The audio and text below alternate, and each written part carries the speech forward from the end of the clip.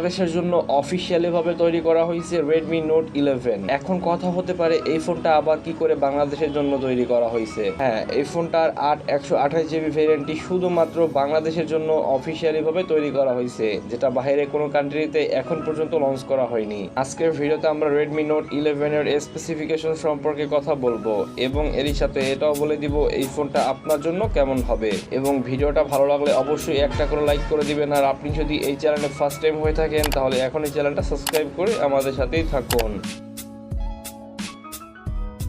এই ফোনটার ডিসপ্লেতে থাকছে 6.43 ইঞ্চির ফুল HD plus AMOLED panel display এবং ডিসপ্লেতে ইউজ করা হয়েছে কর্নিং গরিলা গ্লাস 3 এর প্রোটেকশন। তার সাথে থাকছে 120 হার্টজের রিফ্রেশ রেট এবং থাকছে 409 ppi ডাইমেনসিটি। ফোনটাতে ইউজ করা হয়েছে কোয়াড ক্যামেরা সেটআপ, যার প্রাইমারি লেন্স 50 মেগাপিক্সেল, প্লাস থাকছে 8 মেগাপিক্সেলের আল্ট্রা ওয়াইড ক্যামেরা এবং থাকছে 2 মেগাপিক্সেলের ম্যাক্রো এবং 2 মেগাপিক্সেলের ডেপথ সেন্সর। এবং এই ফোনটার ব্যাক ক্যামেরা দিয়ে আপনি ফুল HD প্লাস ভিডিও রেকর্ডিং করতে পারবেন। ফোনটার সেলফি ক্যামেরাতে ইউজ করা হয়েছে 30 মেগাপিক্সেলের একটি সেলফি ক্যামেরা এবং এই সেলফি ক্যামেরা দিয়ে আপনি ফুল HD প্লাস ভিডিও রেকর্ডিং করতে পারবেন। ফোনটার র্যাম থাকছে 8GB এবং স্টোরেজ থাকছে 128GB।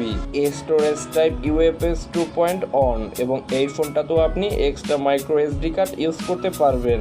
এবারে কথা বলবো ফোনটার নেটওয়ার্ক টেকনোলজি নিয়ে। ফোনটাতে থাকছে 4G সাপোর্টেড, তবে তার সাথেও আপনি ডুয়াল ন্যানো সিম কার্ড ইউজ করতে পারবেন। তাছাড়াও ফোনটাতে থাকছে wifi, Bluetooth, GPS, USB, OTG এবং USB Type-C সুবিধা। ফোনটাতে 3.5mm অডিও জ্যাকের পাশাপাশি থাকছে লাউড স্পিকারের সুবিধা। এবারে কথা বলবো ফোনটার পারফরমেন্স নিয়ে। ফোনটার প্রসেসর থাকছে অক্টা কোর, যেটা 2.4 GHz, চিপসেট Qualcomm Snapdragon 680, যেটা সম্পূর্ণ 6 নানোমিটারের দ্বারা তৈরি। ফোনটার অপারেটিং সিস্টেম থাকছে Android 11, GPU থাকছে Adreno 6010। ফোনটাতে সাইড মাউন্টেড ফিঙ্গারপ্রিন্ট সেন্সরের পাশাপাশি থাকছে ফেস আনলকের সুবিধা।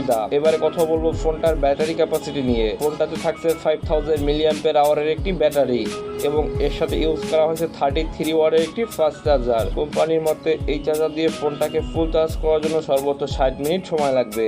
যাই হোক, এবারে কথা বলবো ফোনটার প্রাইস নিয়ে। ফোনটা বাংলাদেশ মার্কেটে 8GB র্যাম এবং 128GB ইন্টারনাল স্টোরেজ। এটার অফিসিয়াল প্রাইস রাখা হয়েছে 23,999 টাকা।